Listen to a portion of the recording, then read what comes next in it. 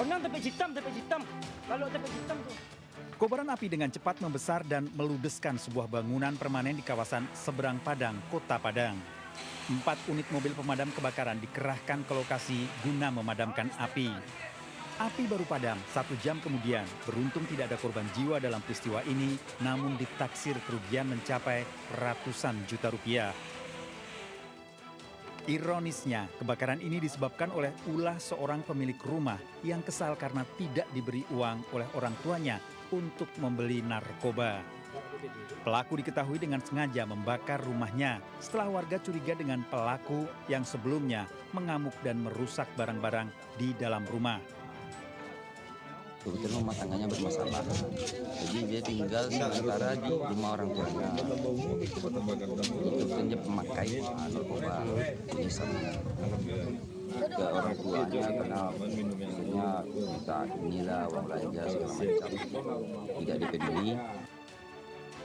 Pelaku yang berprofesi sebagai penjual pulsa ini diketahui selalu emosi saat tidak mengkonsumsi narkoba. Tidur, main slot, Main judi online. Judi online, dia merokok, lalu rokoknya itu dilemparnya tempat pakaian, lalu dia keluar, api sudah naik. Pelaku sudah diamankan dan menjalani rehabilitasi narkoba, sementara kebakaran dalam pemeriksaan polisi. Dari Padang, Sumatera Barat, Budi Sunandar, iNews melaporkan. Walah, entek mobilnya, aduh melaku. Ya Allah. Sebuah truk bermuatan bahan bakar minyak ilegal terbakar hebat di jalan lintas pantai timur Sumatera, Tulang Bawang, Lampung pada Selasa siang.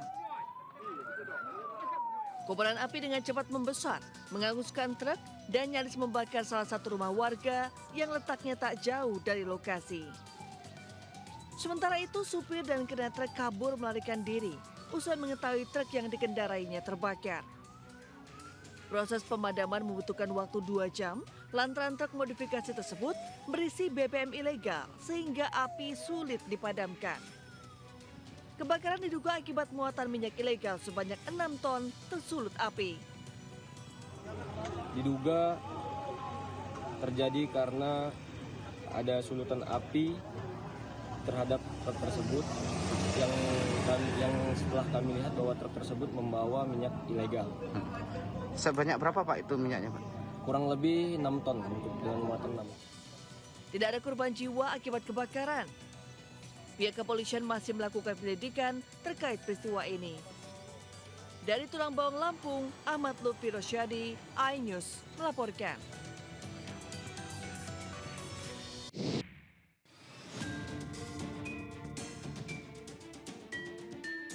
Kamera dashcam sebuah mobil merekam detik-detik jatuhnya seorang balita dari dalam sebuah bis di ruas tol Jor, kilometer 12, Pesanggerahan, Jakarta Selatan, Senin lalu.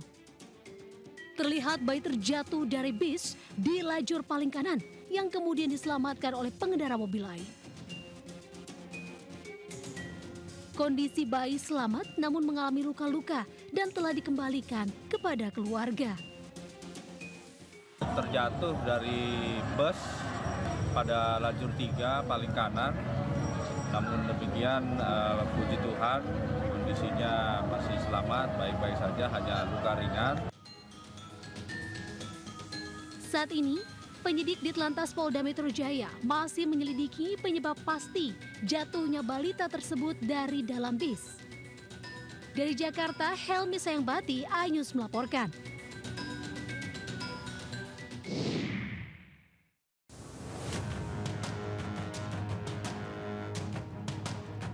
Polisi harus main kucing-kucingan saat menangkap pelaku di desa Jedih, Socah, Bangkalan. Setelah sempat berusaha kabur dan terdengar 2 kali letusan senjata api, pelaku terpojok dan ditangkap. Pelaku mengakui kerap melakukan pembegalan bersama temannya dengan menaiki motor di area Jalan Akses Suramadu hingga kampus Universitas Trunojoyo Madura. Selain itu, pelaku juga mencuri sepeda motor di perumahan hingga kos-kosan. Salah satunya saat membegal seorang mahasiswi di Jalan Raya Telang tepat di depan pintu gerbang masuk kampus. Pelaku beraksi dengan pelaku lainnya, langsung kabur membawa motor korban setelah sebelumnya mengadang dan menodongkan senjata tajam. Pelaku ini dengan cara menodongkan celurit kepada korban, kemudian merampas sepeda motor milik korban. Kemudian 2 orang pelaku ini melarikan sepeda motor ini. Polisi kini masih memburu pelaku lain dari komplotan curanmor serta begal jalanan ini. Tersangka terancam hukuman 9 tahun penjara. Dari Bangkalan, Jawa Timur, Taufik Syahrawi, iNews melaporkan.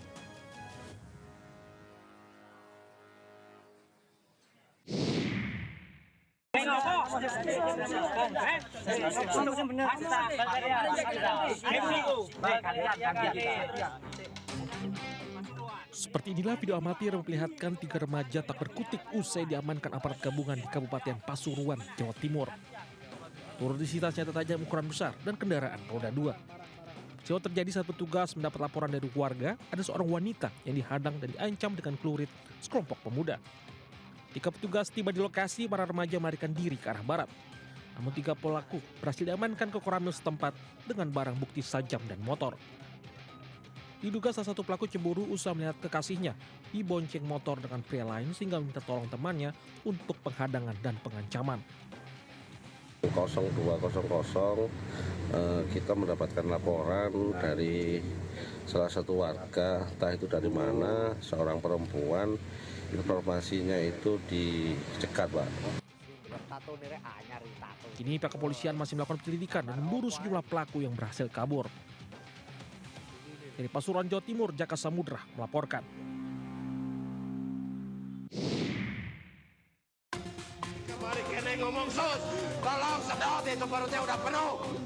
Inilah video viral saat sejumlah petugas medis berupaya melakukan pertolongan terhadap seorang pasien wanita, Ulfah Yulia, di RSUD Cibabat, Kota Cimahi, Jawa Barat. Nahas, Yulia menghembuskan nafas terakhirnya pada Minggu kemarin usai menjalani perawatan selama 2 hari di RSUD Cibabat. Sang suami pasien pun langsung mengamuk lantaran diduga lambannya penanganan dokter dan petugas medis terhadap istrinya. Suami pasien menilai adanya unsur kelalaian dari pihak RSUD Cibabat. Awalnya, istrinya didiagnosa mengidap penyakit radang usus dan tumor jinak hingga perutnya kerap dipenuhi cairan. Kelalaian aja, kelalaian keterlambatan dalam menangani gitu. Nah, gitu. Nah, seandainya itu meskipun hari libur ya, itu apa nggak bisa nelpon ke dokter untuk minta izin. Dok, ini ada pasien nih darurat, mohon izin untuk tindak lanjut. Apa nggak bisa kayak gitu? Itu rumah sakit. Namun, menurut pihak RSUD Cibabat Cimahi, pihaknya sudah melakukan penanganan medis sesuai prosedur yang berlaku. Dan kami selalu menangani, tidak ada membedakan tuh, itu BPJS, pasien umum dan seterusnya. Karena di IGD sudah kita tetapkan tidak ada seperti, dan itu sudah aturan. Pasien itu pasien BPJS ya, dan bahkan sampai dirawat sudah kami lakukan dengan prosedur yang memang sudah ada di rumah sakit kami. Pihak keluarga berharap pelayanan rumah sakit dapat lebih adil dan setara, baik bagi pasien BPJS maupun pasien non-BPJS. Dari Kabupaten Bandung Barat, Yuwono Wahyu melaporkan.